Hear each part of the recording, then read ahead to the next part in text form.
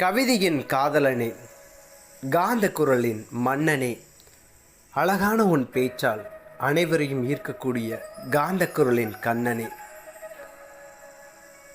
அதிகாரமில்லாத உன் பேச்சு முகம் தெரியாத நபர்களுக்கு அடைக்கலம் கொடுக்கும் நல்ல நண்பனும் நீயே. திறமைகள் இருந்தாலும் தட்டி கொடுத்து மேலே இருக்கும் காந்த ஈர்ப்பும் கொண்ட நல்ல அண்ணனும் நீயே. அன்போடு அரவணைக்கும் மன்னன் நீயே. அதிகாரத்திற்கு அடங்காத எங்கள் தங்கமும் நீயே.